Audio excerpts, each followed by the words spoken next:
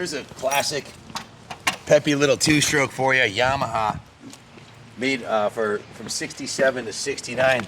When this came in, the tech who worked on it, Jimmy Laurinaitis, was pretty excited because he's a big fan of this particular model, and I can see why. It's a lot of fun. Has a super easy to drive shift pattern. It's 4 gears down, clutch as just as in the big bikes, and it's one of Yamaha's original trail enduros for on and off road. So guys, you know it's bike thief season, right? And there's been some sketchy shit going on around with bike thieves. What do we got over there? So highly recommended. They're armed and dangerous, so you want to protect yourself at all costs, and your bikes too.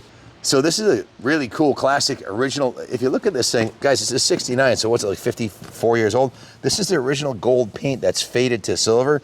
We could have easily painted it in-house here, but we decided to leave it original because it tells a story about how well this bike was cared for. The original paint's still intact 53 years later, and there's no dents in the tank, which is pretty remarkable. This particular engine is a two-stroke with rotary valve induction, which it definitely punches outside of its weight class. It's got a lot more power than any 100cc four-stroke would have. Super economical, very peppy, and extremely liable. They're absolutely bulletproof. Whisper quiet, good power delivery. It's a robust, heavy-duty, industrial air-cooled engine. It'll just run forever. Dual range, 3-speed, constant mesh transmission. Has a low and high range for on or off-road use. Previously, they had a dual sprockets on it, a large one and a small one, and the technology got a little better, so they had a dual range transmission switch right here, where you can just switch it to, it's in high right now, you can switch it to low for off-road use.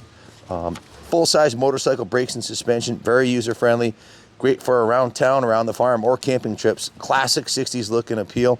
It runs on premix oil. The oil injection system, we didn't trust it, so we're running it on premix only. We put way too much. This is one of those labor of loves. I got the service ticket. Jimmy had 12 hours in the shop on it, and then it had 4 hours in the detail shop, so 16 hours. We bill out at $120 an hour, so there's over $1,750 in labor alone and a bunch of parts. So we kind of, a lot of times on these classics, we get a little deeper than we should, but they're definitely worth resurrecting and investing in the future. And half the reason we do this is to do the videos, just to chronicle. And I mean, they didn't have YouTube back in the day, so there aren't probably a lot of videos online of a 69 Yamaha. So to be able to be that guy that does it is an honor for me, you know. So the bike went in the shop. One of the first things Jimmy noted, it had good spark and good compression. Compression tested excellent. I think it was 160 PSI. I don't have the work order in front of me. I just have the ad that was written. But new NGK spark plug, brand new Yuasa battery. He cleaned and gapped ignition points. Pulled the carb apart, pulled it off the bike, completely dismantled it, put it in the carb cleaning tank, gave it a full carb rebuild and clean, and took the tank off, drained it, rinsed it, and inspected the fuel tank. Put a new OEM Yamaha Peacock assembly on there. I think that was like 60 or 70 bucks. It's not an aftermarket one. Put the new OEM replica tank badges on there, because the original tank badges are plastic and they're severely faded, so that gives it a nice crisp look. You know, it looks really nice. Left the original paint, as I said, because I wanted to preserve the originality of it as much as I could.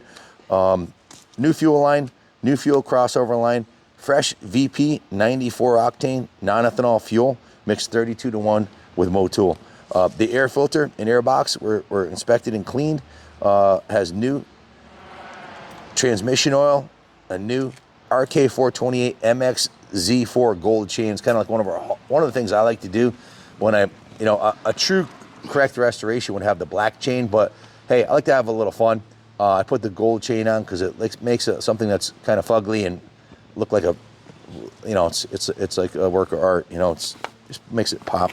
We put new hand grips on it, OEM replica hand grips. We put a new clutch lever on it. We put a new OEM right hand switchgear assembly, which that was like another 60 bucks. So it all added up. Has a new OEM throttle tube, new OEM front brake lever.